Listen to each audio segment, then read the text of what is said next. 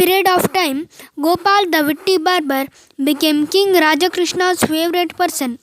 Gopal had helped the king on many occasions.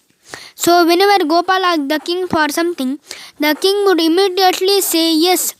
He trusted Gopal completely.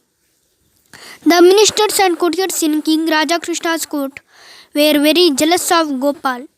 They tried their best to make Gopal look like a fool, but every time Gopal would get the better of them and make them look like fools indeed. One day, the ministers and courtiers got together and decided to talk to the king when Gopal was not around.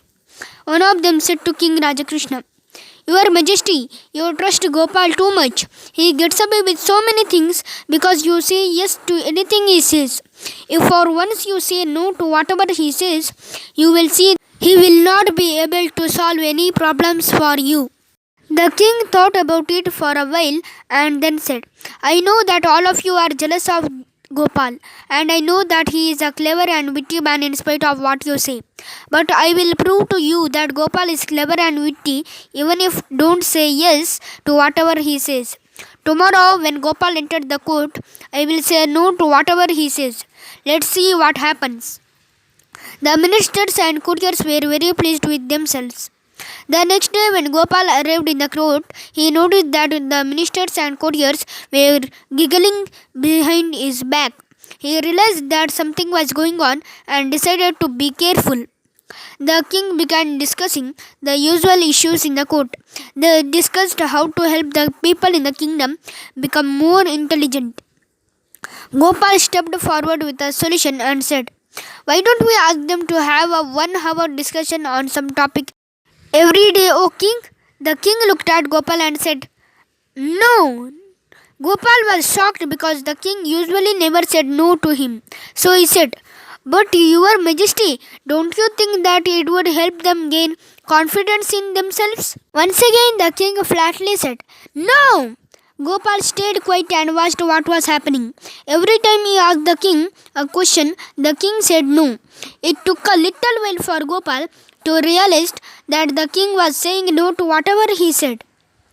He realized that this was some plan that the jealous ministers and courtiers had made to get rid of him. So Gopal waited for the right opportunity to get back at them. When everyone was quiet, he stepped forward and said to the king, "O king, you are great, but without your ministers and courtiers, you would not be able to manage your kingdom. I would request you to give them a special reward of 500 gold coins each." The ministers and courtiers could not believe their ears. Had Gopal gone mad? Why was he helping them make some extra money? They became very happy at the thought of getting 500 gold coins. But as per their instructions, the king looked at Gopal and said no. The ministers and courtiers fell to the ground in sadness. Gopal continued, "If that is not possible, then I would like to ask you to give your ministers and courtiers a free plot of land on the outskirts of the kingdom." Once again the ministers and courtiers looked happy, but once again the king shouted no. The ministers and the courtiers began to cry. By now the king knew that Gopal had realized what the ministers and courtiers had planned. So he smiled and said to himself, "Ha! Now Gopal will show them that he is clever and witty, even when I say no to whatever he says." Gopal continued, "O king, I suggest that you should not ask your ministers and courtiers to work in the fields tomorrow."